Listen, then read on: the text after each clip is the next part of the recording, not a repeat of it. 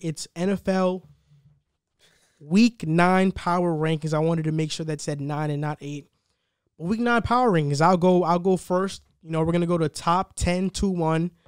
My 10 team is the Buffalo Bills. They beat the Patriots. So wait, I can skip that because we have the same 10. So okay, if you want, we can go 10, 10, 9, 9. So yeah, we could do that. We could just go back and forth. Right, so I have the Bills too. So okay, my team is the Bills because they only won because of late Cam Newton fumble. Their defense is still questionable, and a team I have at 9 beat them. So that's why I have them at 10. Oh, I have them at 10 just because a win is a win. You know, they still struggling. They've been struggling. But nonetheless, I got to keep them there. I got to put them up and put the Bears down because they did get the win and the Bears didn't.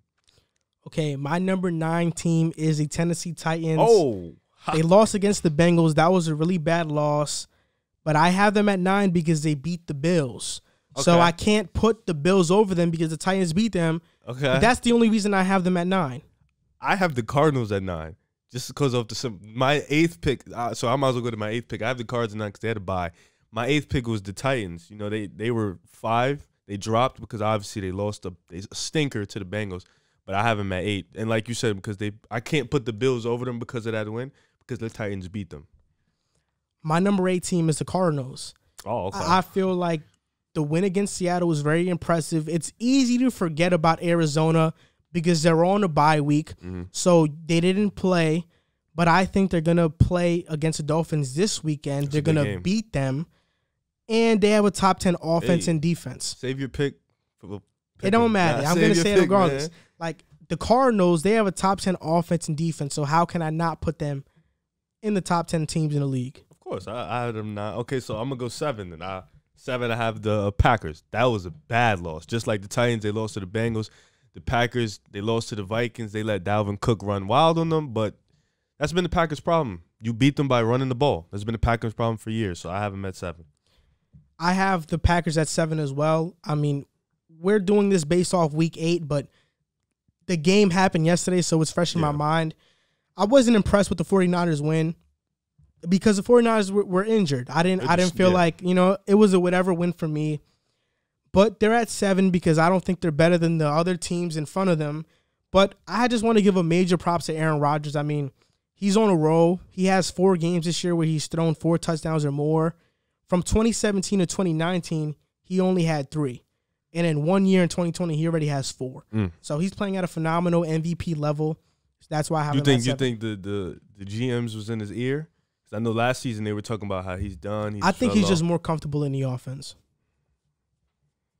Oh, you want to go 7, 6? I thought you were going to go. I thought it was going back and forth. I know, but you were right there. So okay, I mean, you just go 6. Yeah, all right. Ravens. I have the Ravens. I feel like that loss it wasn't a bad loss. You played a great team. You played down to the end, but then in the end you lost. So I got the Ravens right ahead of the Packers. The reason why I have the Ravens on top of the Packers is because the Ravens lost to a better team. The Packers lost to a bad team, so I have them there. At 6, I have the Ravens as well. And it's easy because their biggest weakness is they can't play from behind.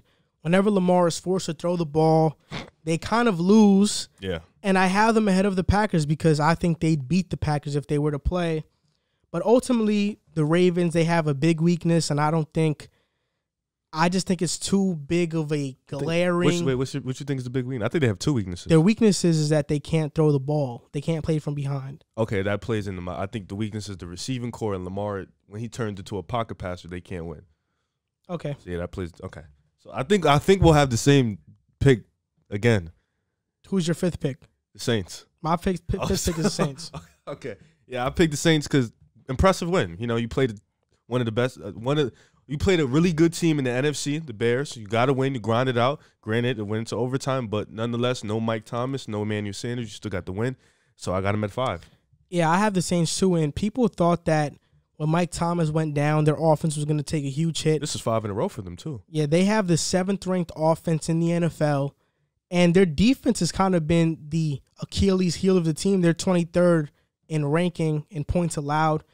So their offense is 7th in the league, and with Mike Thomas coming back, I think that's going to go up. And you know who they play this week, right? The Bucs. Yes, sir. I cannot wait. We probably have the same pick again, too. Who do you have? Seahawks. I have the Seahawks too. Oh my goodness. Yeah. One of the best offenses in the league. And they finally got help on defense. It's whatever. My third pick is the Tampa Bay Bucks. Me too.